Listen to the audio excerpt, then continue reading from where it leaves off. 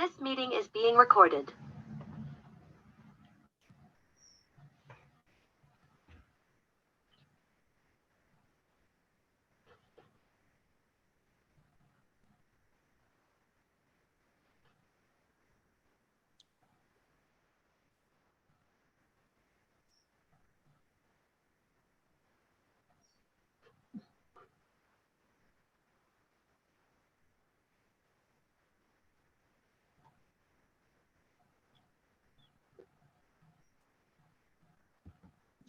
All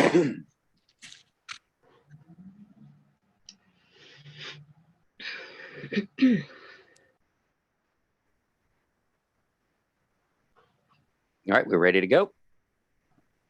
Yeah. I'm seeing live. Okay, we're live. All right, everybody, welcome back once again. I am Jack Childress.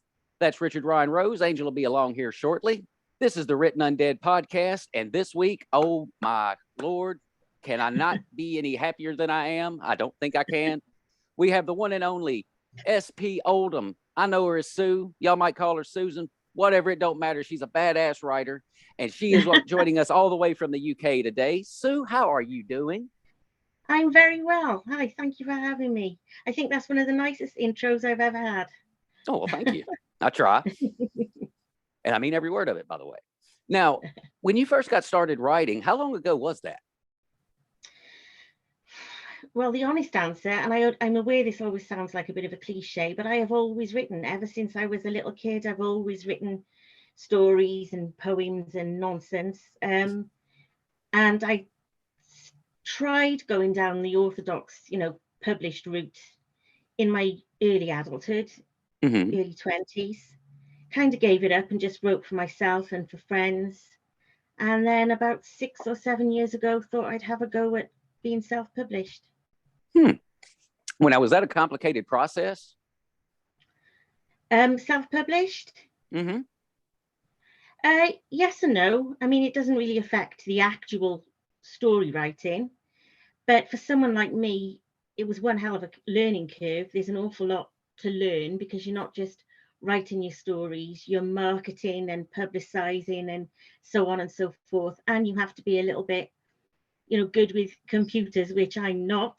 So thankfully my sons are. But yeah, it's amazing how much you learn once you start. Oh, just got a text from Angel. He's trying to get in. He'll find his way. It'd be good to see Angel. Oh, he's very excited about getting to talk with you today, just so you know. He was gushing all night last night. So when you first put your first book out, like actually self-published book, what was the title of it and how did it do just coming out fresh like that? It was a collection of short horror and supernatural stories called Wakeful Children.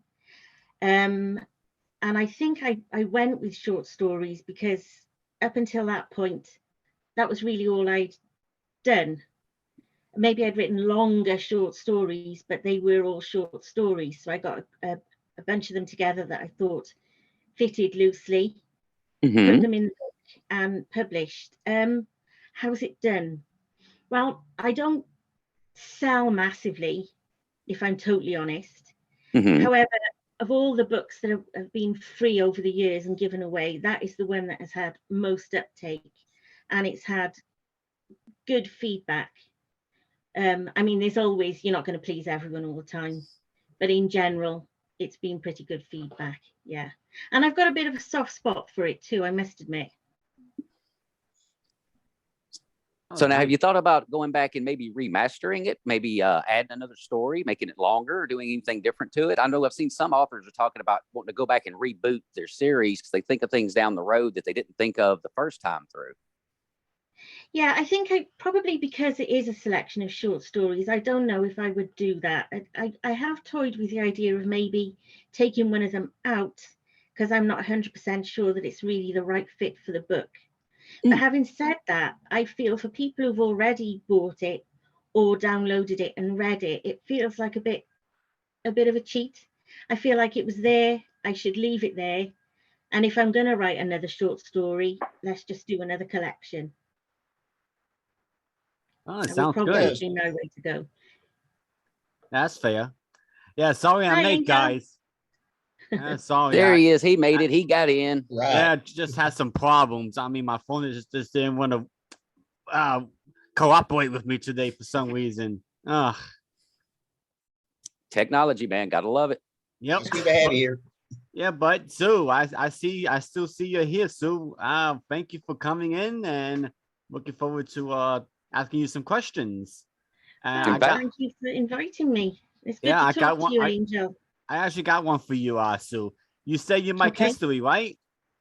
Yes, I do. So what time period do you prefer studying, or what time period are you into? Well, much like yourself, I love Roman history. I love ancient Greece. I love Nice. medieval history, medieval British history as well. Awesome. I mean, in general. Mhm. But history is just a natural hook for me. Oh, nice. I like history, full stop. And I see we have Jack Oldham today. That's right. Yeah. And Jack, why don't you show off your little gizmo, your new thing today that you got? I can do that. Give me just a second. And Yeah. you guys keep entertaining the guests, please. What's going on? What, Richard, man? How's it going, my friend? I can't complain, man. Been a good week. Good. Yeah. So Sue, what are you planning next? What are you doing next now? What are you doing now? I'm writing. Yes, my man Jack. Oh, that is amazing. He's That's gonna be doing that fabulous. tomorrow, by the way. And I love that. I'm getting the full costume at some point too, just so everybody knows. But I think I look rather dashing. Very Nice. dashing. I like it. I love it. Anyway, carry on. Go ahead, Sue. What are you gonna say? I started a dark fantasy, which I had this idea bubbling around for ages, and I thought it was about time I wrote this down. And then I rewrote it because I wasn't happy with it. And then I shelved that, and I'm writing another zombie story because it's just fun to write zombie stuff. Now, have you ever written anything where you got like say a kill scene and you finish writing it and you're looking back at it and you're like, damn, am I really that grisly in my head? What did I just put down here? Yes, definitely. And if you knew me in the flesh, I mean, all my family and my friends are amazed that I even write horror because I am the world's biggest wuss. I won't watch horror on TV. If a knife comes out in a film, I'm on edge. I can't watch it. But Wow. I can read it fine. And I worry about what's going on in my own head sometimes because, yeah, some of it is, yeah. Although I tend not to write over the top gore because for me, that doesn't work. But I think one of the worst stories I wrote was one called Joe Gallows, which funnily enough has some of the best feedback. So maybe I should write nastier stuff. Well, Maybe I should. go talk to Javin. He could definitely be, a good trainer for that. Oh, That I know. guy. I know you could. Although I got to say, Rich does a pretty good job of, we'll say, storytelling some murders in his own right as well. So, Yeah, great. now, have you ever How's checked your out? What's that? Sorry, I was just going to say to Richard, how's your book going? It seems to be doing really well. It's getting great reviews. I'm not winning the lottery with sales just yet, but it's getting great reviews, and I've got a prequel book coming out, and I'm hitting book 2 hard and heavy, and should have it out in the next few months. So Yeah, I was That's reading more. brilliant. Yeah, I was reading more of it, Jack, when I was in bed all day yesterday. So that kept me entertained. There you go. You're out there. You're all over the place, Rich. Yep. And that's how it ought to be. And Jack, I see you got your favorite shirt on. Yeah, tighten up. Oh, yeah. Gotta love it. I can't complain though. I could be in a lot worse shape right now, so I really can't complain. Yep, we We're all enjoying could the be. story. We all could be in worse shape. Yeah, absolutely. You're Oh, right. yeah, very much Now, so. I got to say, one of the coolest things that I've got to see recently, and I'm basing this off me getting to have Mark Tufo on the show. I mean, full disclosure, my favorite writer of all time. I love everybody in the group, but Mark's my king, so I got to absolutely. say I don't that. blame you, man. So I love it for Rich that he got to see a review posted by his favorite guy. freaking Mhm. Chris Philbrook, and it was a glowing friggin' review. Yeah. So I mean, I was like, Oh, dude, that's brilliant. got to feel good right there. Yeah, That's got to feel good. Yeah, speaking of Chris Philbrook, he's gonna listen to my Great Sertorian series next. He's gonna listen to that audiobook. Hell Which yeah. And like I said, I just finished that recently and it's damn good. Yep. Yeah, Sue, you should get into it. I mean, if you like Roman history, that'll be the book just for you. Yeah, I should look. I should take a look. Yeah, go for it. I mean, it's so. So what was I gonna ask you? How did you begin writing, Sue? What got you inspired at writing? I was just saying earlier. I mean, I've always written. It's just something I've always enjoyed doing. And it was my youngest son actually who said to me, "Mum, why don't you try and get self-published?" And I thought, well, why? It's bizarre how that it just didn't even enter my head to try that way. So I thought I would, and the rest is history, as they say. Let me ask you something there, Sue. I know you write zombie books, but what else have you dabbled in, and as far as genres are concerned? Good question. I like horror, and I like sort of the traditional ghost story, anything sort of supernatural or elemental, that kind of stuff. I love witches, and whenever I say that, people kind of roll their eyes and say, "Oh, for God's sake, witches!" And I know there are, people who identify as witches and so on and so forth. I'm talking about witches in fiction, and they are really not children's characters at all. They are not nice at all, and I wish we could kind of reinvent the dark witch and bring it back more into horror fiction, because they can get some great characters there. You can let your imagination run away with you. But I also I love writing horror poetry and poetry. I love mucking about with limericks, but they're just a bit of fun. And I have, well, I cringe to say this, but I have done a couple of historical romances, which I kind of shelved for now. I'm going to go back and go over those. Yeah, you should. They might be more of a horror story than my horror books are. Yeah, you should. I'll read them. Yeah, you should. Guaranteed. Guaranteed 100. Yeah, Jack knows. Did you like that movie, The Witch? Have you seen that?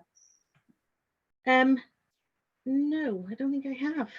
It came out, I guess, a few years back, but I remember hearing about it. I haven't seen it yet either, but a few people I know have seen it and said it's pretty creepy. I guess almost like the kind of like just good. I think there was like some jump scares and things like that thrown in there as well, like a lot of the ghost story movies. Kind of got mixed feelings on it, but I was just curious as to if you've seen it and what your thoughts are on it. Who stars in it?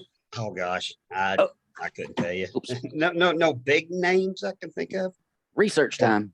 We'll see what the almighty Google has to say about it. Yep. Yep. Let's see what Jack Oldham has to say about it. Let's see what the master of research has in store for us. I don't know if I'd go that far. It's definitely worth checking out. I'll give it that. It is worth checking out. Yeah, and Jack, I hope you're prepared for tomorrow, because we're going to be talking about Scotland. The woman of Scotland. I am all over that. It's going to be pretty fun. The Witch. Yeah, and Angel, I'm getting ready to crack open the fifth Survivor finally. I'm sorry I haven't taken me this long to get around to it, but it looks like it's going to be a pretty fun read. That's all right, Witch. That's all right. Yeah, I mean, you take your time, man. I prefer you take your time with it and rush for it. So that's all right. Yeah, I'm definitely wanting to check it out. I don't have much time to read with all the writing, but I'm gonna I know. Same here. Same here. Yeah, you know yourselves when you write, finding time to read. And then when you do find time to read, you feel guilty because you're not writing. Exactly. Yeah, I know. The guilt kills you. Vicious cycle. It's a vicious cycle. Here's your basic cast for the movie The Witch that came out in 2015 and actually did win awards, Empire Award for Best Female Newcomer, Empire Award for Best Horror, and a couple other things. Ellie Granger plays Mercy. Harvey Scrimshaw is Caleb. Ralph Ineson is William. And there's a Kate Dickey, Brooklyn Hurd, Sarah Stevens, and Lucas Dawson. Oh, So no, I'm going to say I don't don't know that film. any of them. Yeah. No. But what we didn't know until we just pulled up the old Google machine is that there are more than one The Witch movies. There was another one came out in 2018, and I guess they're working on a third one. So What? it's apparently a thing. Tripped me out. I was not expecting to see that. Oh, that might be worth looking at. Was it dark then? Was it, sort of? Here's the basic storyline for the first one. It said in 1630 New England, panic and despair envelops a farmer, his wife, and their children when youngest son Samuel suddenly vanishes. The family blames Thomason, the oldest daughter, who is watching the boy at the time of his disappearance. With suspicion and paranoia mounting, twin siblings Mercy and Jonas suspect Thomason of witchcraft, testing the clan's faith, loyalty, and love to one another. And that was October 18, 2015. Director was Robert Eggers with a $4 million budget. Sounds a little bit Salem Witch, doesn't it? It does. It has that very, for sure. It is a very, very dark movie to answer your question on that. So it is a very, very dark witch movie. I'll give it that. Mm-hmm.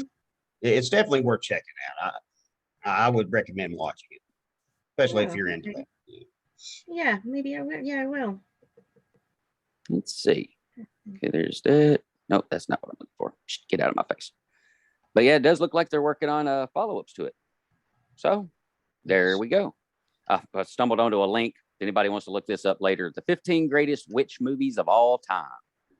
Found that on the old Google machine. There we go. So there we go. Nice. Research complete. Now, I want to get to something that I love that you do. It's one of my favorite things. It's right up there with One Line Wednesday in the Written Undead group that I look forward to with anticipation. I love One Line Wednesday. Yeah. It's the Silly Sunday Limericks. Yes. I absolutely love those. Like I wake up in the morning looking for it. I look for it. So nice what made you decide to start doing those? Was it just another outlet, something to do? It's just another sort of silly thing that I scribble from time to time. I wrote a few that were nothing to do with horror or zombies at all. And then I thought, what can I do to, on a regular basis in the group, something a bit different? And so I wrote down a couple and have fun with them. And it's turned into the Silly Sunday zombie or not zombie limerick. I mean, some of them are better than others, but Now, are you still taking requests from people if somebody wants to be written into one? Absolutely, yeah. If they would like me to write one for them or for anyone else, yeah. We'll be sure to get the word out for that, because I'm gonna tell you, when I woke up, there you go. Yeah, Bob. Can you do one with Jack? No, I already have. Oh yeah. I missed that one then. Oh, I gotta see it. And I'm biased in this, obviously, but it's one of my favorites. And then we'll do one of Richard man. Do one with Richard, yeah. If he's willing to sacrifice himself. Hey, what's that? Go ahead. What was the question? Again? I said, if you're willing to sacrifice yourself, I can put you in a limerick. Oh, go ahead. Yeah, I know you did one of me a while ago. I enjoyed it. So yeah. And now the key, Rich, what you have to do is give her some background on you. That way she can craft around what makes you and go with that. We'll just say in my case, my intestines wound up in hers. Yeah. I've got a pretty lengthy background bio on my author page and on Amazon author. Yeah, because I love talking about me. I'm like my favorite subject, so it's pretty detailed. I shall look at that and have a go. Now, how are me being in the States and very seldom do I ever travel anywhere. Like I said, one of the biggest trips I ever made was to go down to Gunnersville Lake to meet Javin, which was phenomenal. That was one of the best times I've ever had. And I'll be making a trip out to Townsend, Tennessee in May to hang out with that guy, Richard Ryan Rose, at his big book signing and whatnot, which I'll be in character for. Damned if I just lose my train of thought. I think I just did. But now, obviously, I've never been out of state very far. For someone like me who's never been to the UK, describe what that would be like. But first stepping out of the airport and making my way into the city. What's it like living in the UK? Well, living in South Wales, probably the minute you step off the plane, you're going to get wet because it's usually raining. and usually a little bit chilly.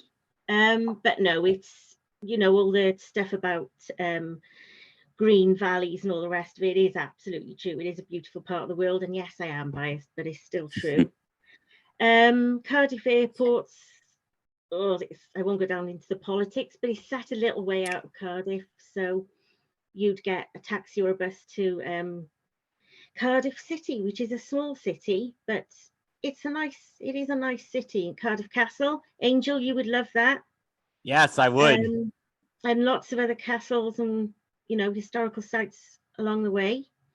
And then if you were going to come and visit me, you'd have to get on the bus for another hour and a half up into the valleys, where, you know, it's rich with mining history, a lot of beautiful nature reserves and whatnot now, where the mines used to be.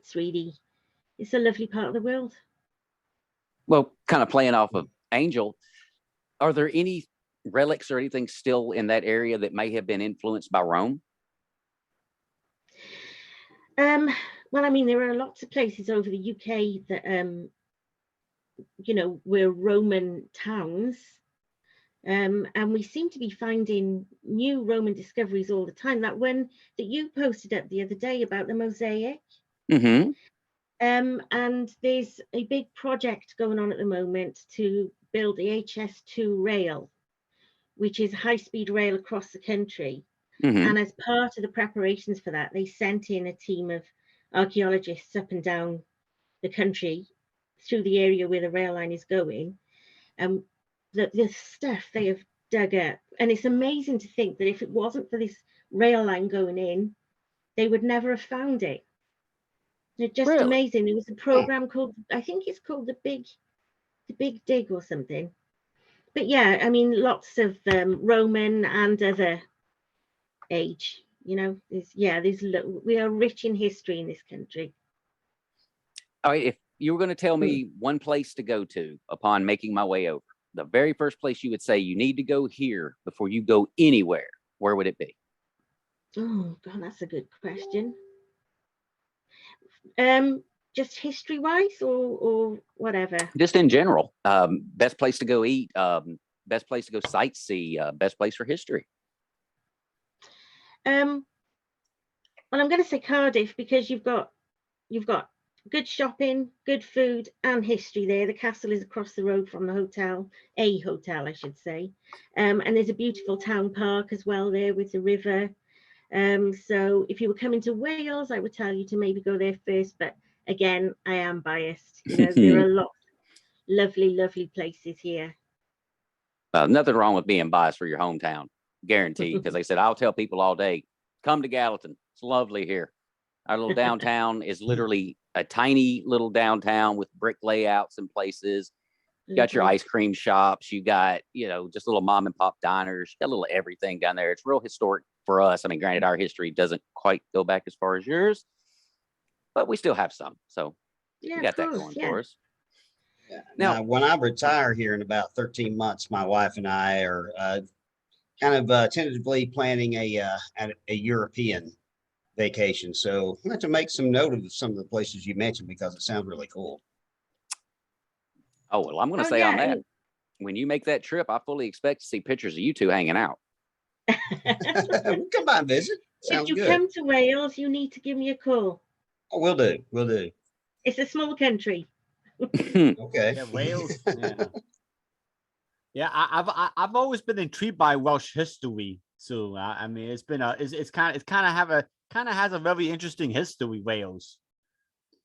You know. Yeah, it has. Yeah, it has, and ties with England, which were not, you know, I mean, it is ancient history now. I don't hold on to any of that stuff, but yeah, English involvement wasn't necessarily very positive. Yeah, right. But yeah, lots of I mean, in the area where I am, like I say, a lot of it was down to mining of different types. But there's also, this is an area rich in culture, actors and writers, and you know, all sorts come from here. So yeah, it's, for a small country, we don't do too badly. No, and Wales kind of hits me hard because I had a fan there. I'm sure you know him, so Enya Saunders.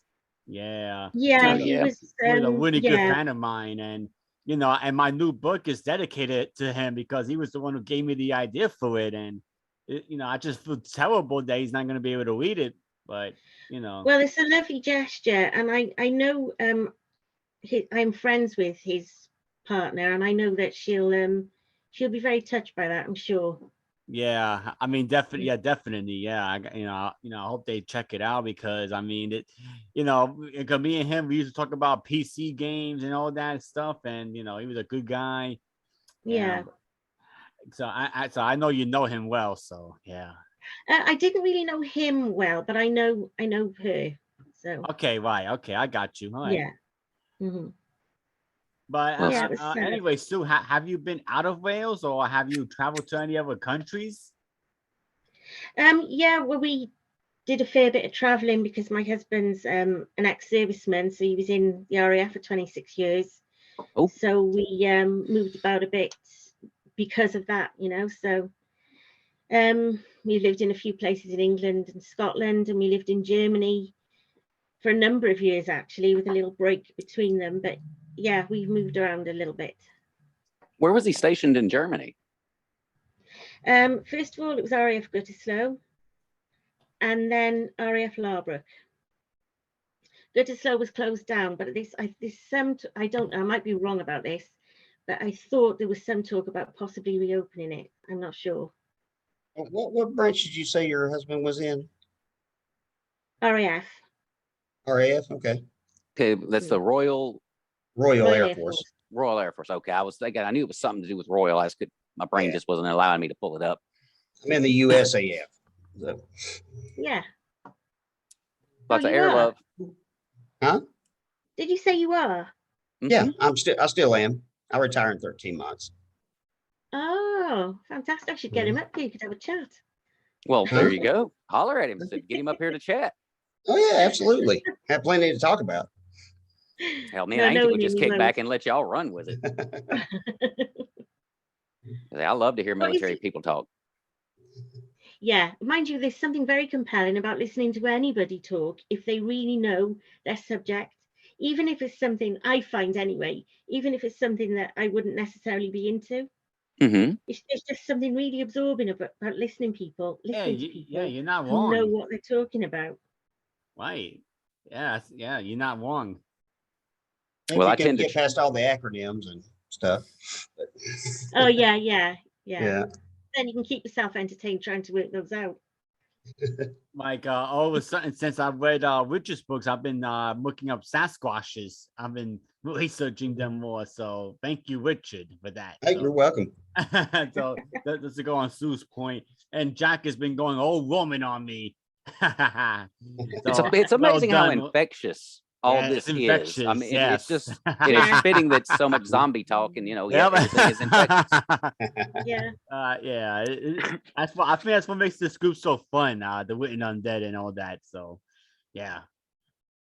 Yeah, there's such a wide variety of us as well, And that's just something I keep running across as I go from author to author is how everyone keeps the whole, just zombies in general, keeps it fresh. It's like you keep thinking, well, I've read every kind of zombie there could possibly be. And then surprise, somebody has found another way to spin it. Like one of the series I'm currently listening to right now, Guardians of the Apocalypse by Jeff Thompson. His zombies aren't dead. Like they're not dead. They still have heartbeats and everything. It's almost like the rage virus kind of a thing, like 28 days later, which, again, set over in the UK. It's kind of along those lines. And again, to even go a little more off script of what you're normally used to, he throws in the Coast Guard instead of it being Army, Navy, Air Force, and Marines. Mm-hmm. He's got the coasters out doing the thing. And like Rich said, getting past the acronyms and all that, because he works in stuff like that. And it's like, again, I'm researching, okay, with the aft of the ship, the starboard of the ship. There's a couple of times I've almost paused the book just to go look up coordinates because he'll give me coordinates of where a ship is currently located. And I'm like, where is that? You can go look that up, find out.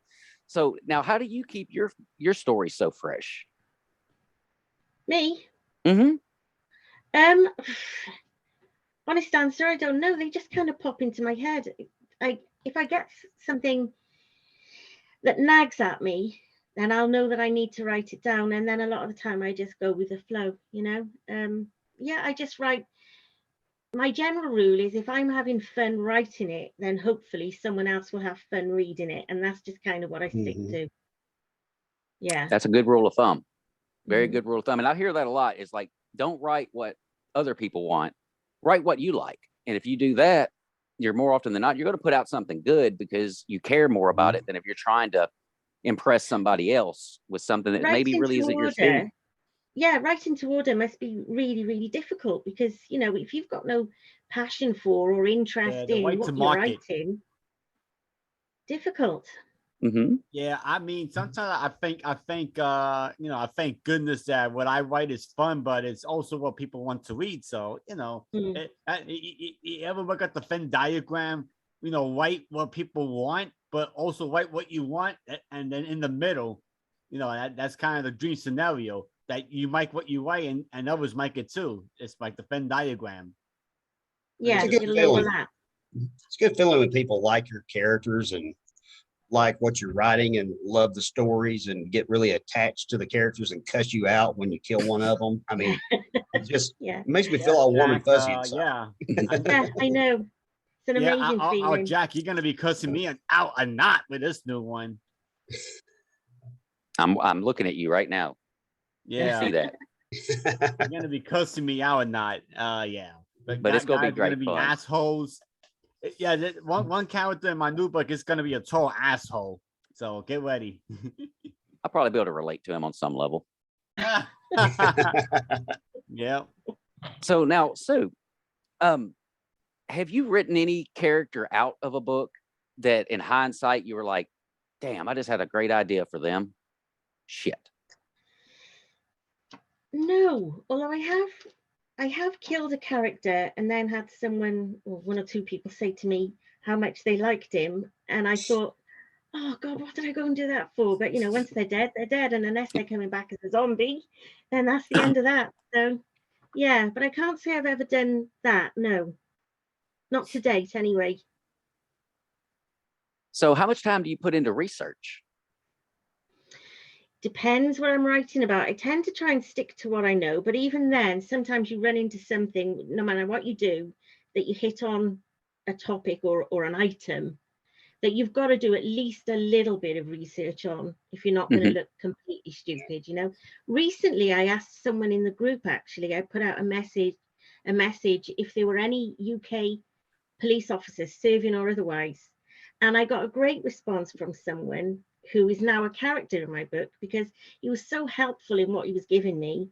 I said to him, look, do you want to be killed off and can I use your name? And he said yes. So but yeah, I mean, I don't write about guns much, partly because they're not really in common use here unless you happen to be armed police or forces. And I don't know the first thing about them. I write twit if I wrote about, you know, trying to load up some weapon. I wouldn't even know the terminology. So you have to do at least a basic amount of research sometimes. But that's fun. And then the problem is you've got to stop yourself going down a rabbit hole because you can start off researching, I don't know, rifles and end up watching something about rabbits or something. It's ridiculous. Okay, now you said you don't really write guns in. How do you go about making killing zombies a little more realistic? If you don't have like traditional, I can just bang, zombies dead, move along. How do you really pull all that together? Because I'm bringing that up because of a book I'm just finishing up, and there's a big battle towards the end of the novella where it's a woman trying to protect her daughter from this great big zombie, and she has nothing. I mean, she's got just whatever's in her kitchen to work with. You know, she's got whatever she can pick up, like a wine bottle, just anything to fight with. And it's a very long, drawn out fight because obviously she can't just instant kill it. So how do you work that in? How do you handle situations like that? Cricket bats. Sorry? Cricket bats. Yeah. Yeah. See Shaun of the Dead? Yeah. Well, I try to really picture the scene in my head because that aids the flow of the writing. If you can see it in your head like you're watching a film, then that really, it can really help you hone in on a scene, you know, down to very small details too. But what then I tried to do as well is, in that scenario, you would have to use whatever is around you. So then you've got to get creative. If you've got a little bit of time to make something out of whatever is to hand, then, you know, you can make your kills maybe that bit more interesting. Otherwise, you just got to grab whatever you've got to hand and hope for the best, which you would do in reality, you know, you would do. So yeah, I try to just think about what would I do if it was me in this situation? What have I got around me? Or what would I have if I was in the shop or in the garden or whatever, and just go from there. Just use your imagination.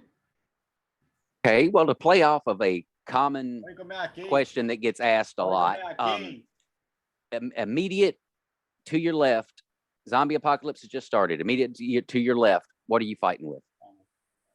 I am fighting with a lamp, a laminator, and a hot water bottle. I think I'll probably go with the lamp. I'd have to swing the lamp. Yeah, although it's a bit flimsy. I don't know how long it'd last, but yeah. Hopefully get the squishy skulled zombies and not the real hard-headed ones. Well, if you smash the ball, I suppose they're sharp. Now, when you're not writing and you just have some free time to yourself, what do you like to do to just get away for a little while? Well, I've got a little cocker spaniel called Milo. He's sat next to me at the moment, sighing because I'm not spending any attention on him. And I walk him every day.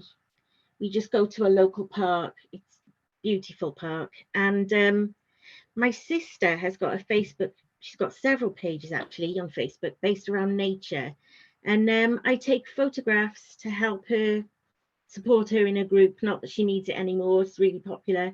But when she starts taking photos, it's addictive. And you know, I've learned more about nature, and I've learned how to identify more birds, and you just get completely caught up in it. So the short answer is I walk my dog and I take photographs.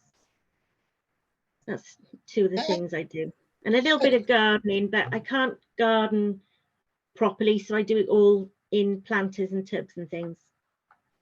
I got a question for you, Sue. I mean, how long, just on average, how long does it take for you to write a book from start to ready to publish? I was looking at earlier on at the first books I put up on Amazon, and I was amazed to find that I'd written 3 books in just under 2 years.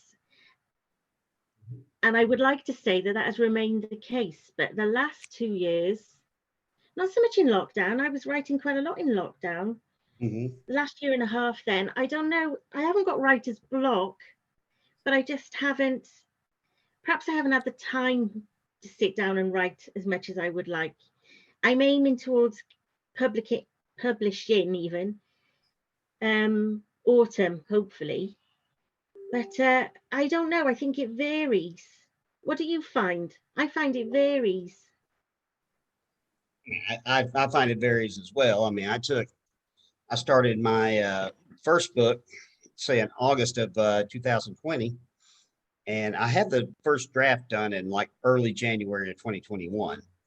And then I went through all the rewrites and then, you know, sent off to editor and getting everything. And it's my first book, so I'm learning as I go. I didn't even know that you could self-publish on Amazon. Had query letters ready to send out to publishers and stuff. And so I mean, you were the same as me then.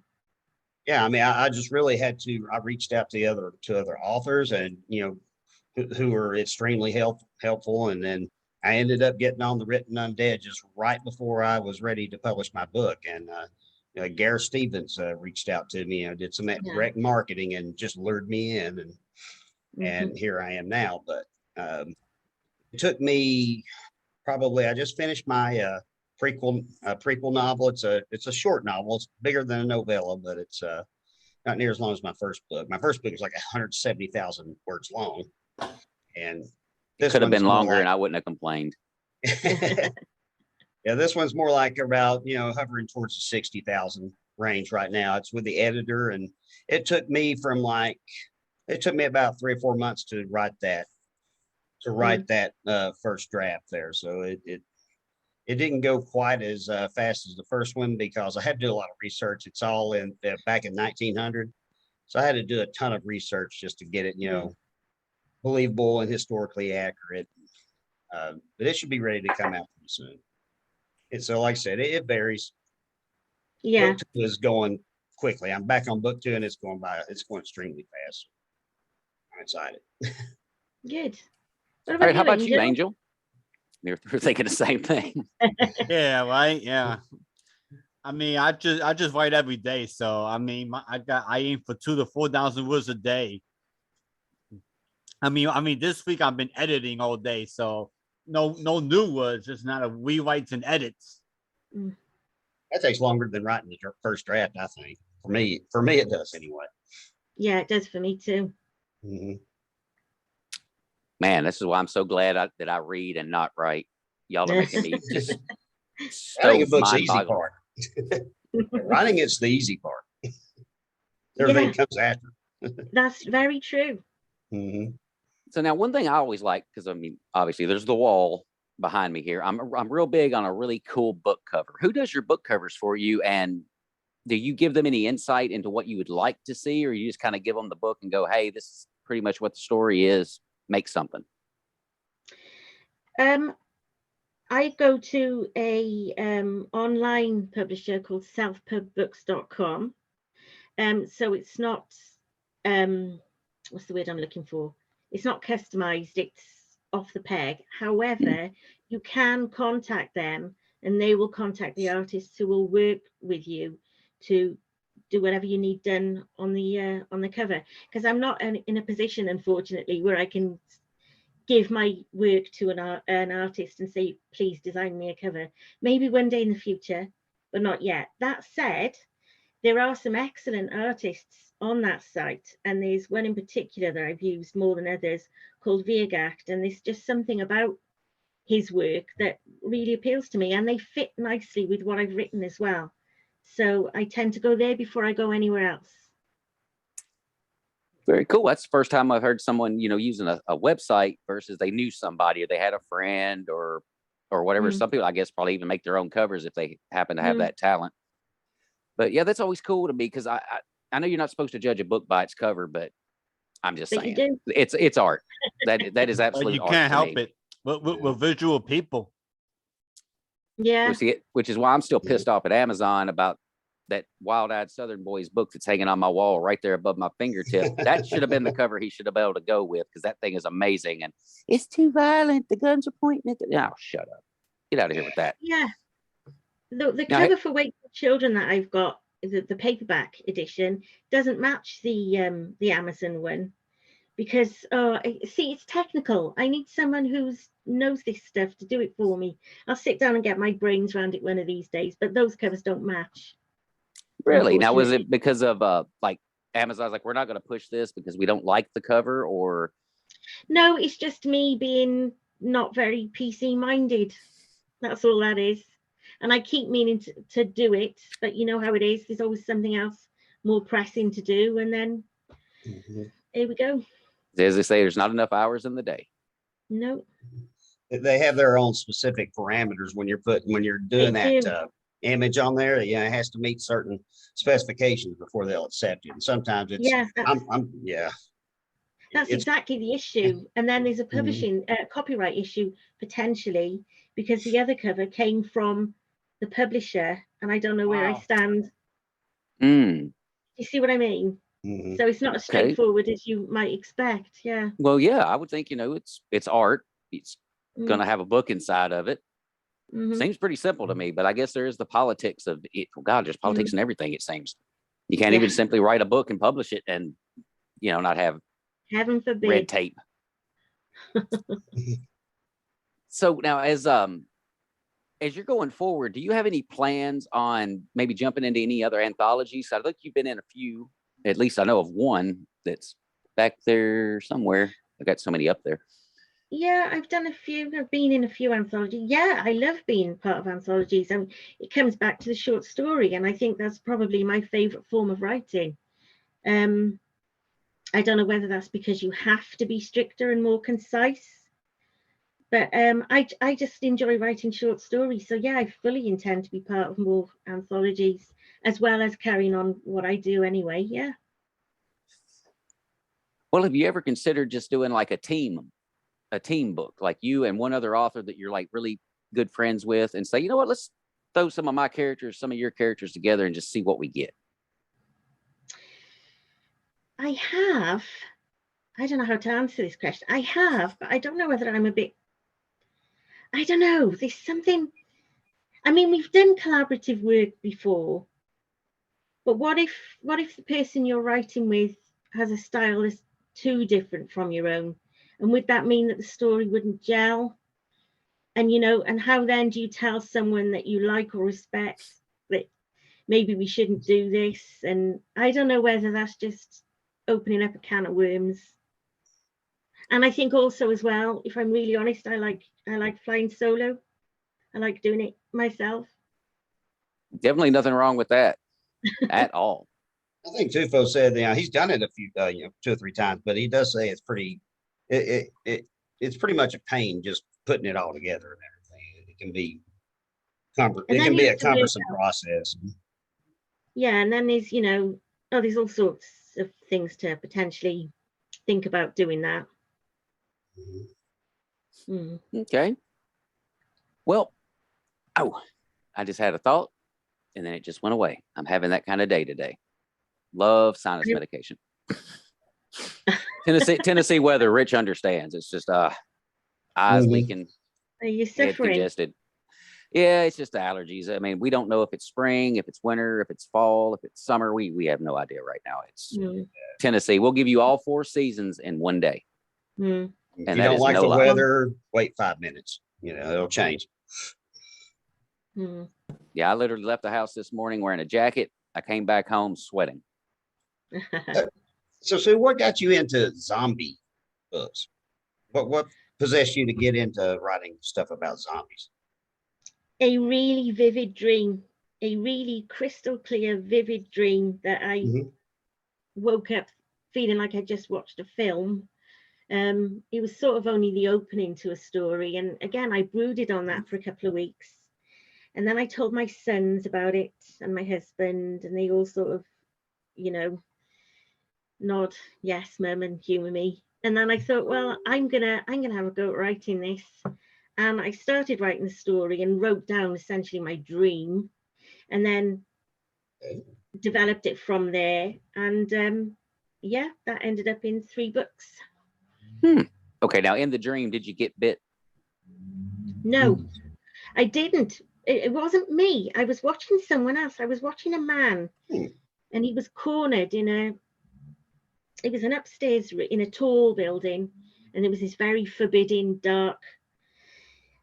It was a zombie, but it wasn't sort of all drooling and leering and after it was just very, very still and sinister, and it was watching him and it was waiting for him to move. He was hiding, and the only way he could get out in the end was by climbing out onto what turned out to be a broken fire escape, and he ends up hanging by his hands from a window. It's a beautiful hot day, the sun's beating down on him, and that's where I left him in the dream. So yeah, it was really vivid as well. I was going to say, that sounds like a pretty damn vivid dream. Yeah, it was very vivid, a bit unsettling, and that's why I think I wrote it down, get it out my system. We got a question here for Sue. From Joyce Warren. She says, "Hi Sue, I love your stories." She asks, "Do you base some of your characters on people you know?" Oh, good question. I have done, right? I'm honesty disclaimer here. If it's the Joyce Ward I think, then it's my sister. And she's hello, tuned in Joyce. to listen to the podcast. I have loosely based characters in part on people I know. I've done it a couple of times in with people who, how can I phrase this? With people who have upset me in life, but I can't do anything about it. So I've dealt with them in a book instead. And that is an absolutely brilliant thing. I just ran across it in book 3 of Merrill David's Wicked Awake series, where he had someone that gave him a BS, you knew it was a troll review about one of his books. And so he kind of played with their name a little bit. So that wasn't exactly them per se, for, I guess, for legal reasons. And boy, did he take them out. Oh, my goodness. Oh, and he said it was just a great outlet. He said he felt better after he wrote it. So, Yeah. I mean, did you feel better after you hacked somebody you weren't a big fan of?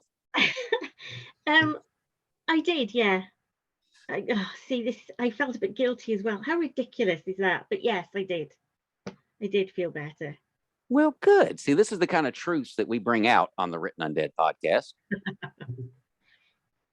So now, what are your future plans? What do you have coming up that you might want to let everybody know about? I have a dark fantasy that I fully intend to get back to and finish writing. I've got a zombie fiction story coming up. I hope to get that out this year. I'm enjoying writing that at the moment. And, you know, I'll just carry on with the limericks and I'll do the horror poetry. I do a free read every Halloween on my site and on my page. Yeah, I just carry on writing like I always do. Well, I definitely want you to keep the limericks thing going. And on that subject, I've been wondering, once you get enough of these things out, what are the odds that we could get you to put them all into a book together? That way we just have them at our, just open it up anytime we want and read. Because I'm not kidding, I love them. Yeah, maybe. I mean, it would be just a light, fun read. I suppose you could have a zombie limerick a day, maybe. Yeah. I could even see it as a, what they call it. All right, you're the writers. Help me with this. The big book you leave on your table. That's just kind of there. The flip thing, the daily. Yeah, well, I know what you mean. That, or even like a, what you call it? A table book or whatever. It's like usually an oversized book, usually with illustrations and like just little short blurbs. Sometimes it could be like a Tennessee history kind of a book, and it's just giving you small little factoids. Because I would even love to have something like that just to have sitting out in my living room. That I got like a friend over. Table book sort of That's thing. it. That's what I was looking for. That's the one. An easy read that you can dip in and out of. Yes, that's what I want. I put in my request, and I'm unanimous in this. I like to have like a little. When you'll have the first copy. I'd like to have a little desk calendar thing, you know, where you rip off the page for every day and have like one of your limericks on it. That'd be cool. Yeah, it's not a bad idea. That bit of fun. Start a franchise here. Hang on, that's 365 limericks. You can do it. I mean, at the rate you're going, you're going to get there eventually. You're going to get there eventually anyway. Yeah, I'm probably about halfway there. Of course, if you do wind up doing the flip thing, like the calendar style, just have to remember my birthday is April the 16th or 16 April, however you guys say it over the pond. So that's where my limerick needs to land, is on 16th of April. April the 16th. I will make a note. Cool. See, we're out here making stuff happen. Let's go. Well, we are starting to reach the end of our happy little hour here. And Sue, this has been a blast. I've loved having you on. You are definitely one of my favorite, not just writers, but one of my favorite people in Written Undead. You're one of the sweetest people I know. Thank you. Just chatting with you anytime brings joy to my heart. It really, really does. Thank you for coming on and covering for Javin's slacker ass. How about that? I just called Javin a slacker. And he's eventually going to see this. I'm so screwed. Yeah, he'll get you for that. Anyway. Yeah. Anyway, Thank damn you. the torpedoes, full speed ahead. Well, as Lovely we always like to, you all. as we usually like to wrap this thing up, let's start off this week with Richard Ryan Rose. What you got going on, brother? Where can everybody find you? All right. Well, you can find me on my Facebook page, Richard R. Rose, author, and just type in Wild-Eyed Southern Boys. It'll pull it up that way as well. Got me on Amazon, Goodreads, Audible, and iTunes. And look me up. Wild-Eyed Southern Boys, book one of several to come, is currently out, and the Roo War. The Wild-Eyed Southern Boys prequel is at the editor's desk right now, and that's going really well. So be ready to start recording the audio book once the edits are done, and we will have it released in all formats here shortly, hopefully by next month. Last but not least, May 7th, Smoky Mountain Bigfoot Festival in none other than Townsend, Tennessee, the setting for Wild-Eyed Southern Boys. Wild-Eyed Southern Boys become so popular, they started having a Bigfoot Festival in Townsend because of it. So Come Damn on right. down. Yeah, we'll have a booth set up, and the Bear Baron himself will be there in full character. Full on vicious, full on badass. And just so everybody knows, his narrator, top shelf. Top shelf. This guy's good. He's really good. I can hear Buford in my head pretty much at least 3 or 4 times a day when I want to squash somebody at work. And I'm more ruse sized than anything, but what are you gonna do? Angel Ramon, aka Angelus Maximus, aka the guy that I'll be doing a show with tomorrow afternoon. Where can we find you, bud? You could find me on Amazon. If you want to find my regular zombie stories as Angel Ramon, just type on the search bar on Amazon. Or if you prefer to try my historical fiction, like I recommend should, Angelus Maximus. Also, you can find me in my fan group, the Legions of Angelus Maximus, where, as Jack just said, I will be doing the Angelus Maximus show with Jack and his helmet. And we will Trusty be talking. sidekick. And we will be talking about the failed Roman invasion of Scotland. That's going to be the topic for tomorrow. Interesting. So step it up, Jack, and I look forward to that. And you can also find me on the Written Undead, where I post fun stuff on occasion. Other than that, I'm going to pass it on to Sue. You'll find me at spoldhamauthor.com. It's my website. I'm on Facebook. If you type in SP Oldham, hopefully I'll pop up, and I'm on Goodreads. And I also post in Written Undead, especially every Sunday with Silly Sunday Zombie Limericks. One of my favorite things. All right, with that, we're going to let Sue get on with the rest of her evening. I'm sure Richard's got some stuff he's got to do. Angel, I know, is always busy with something. And me, I'm just going to get something to eat before I fire it back up again in an hour. Ladies and gentlemen, this is the Written Undead podcast. I'm Jack Childress. That's Richard Ryan Rose. That's Angel Ramon. And this is the one and only SP Oldham. Go out, check out what she's got. Do not sleep on her.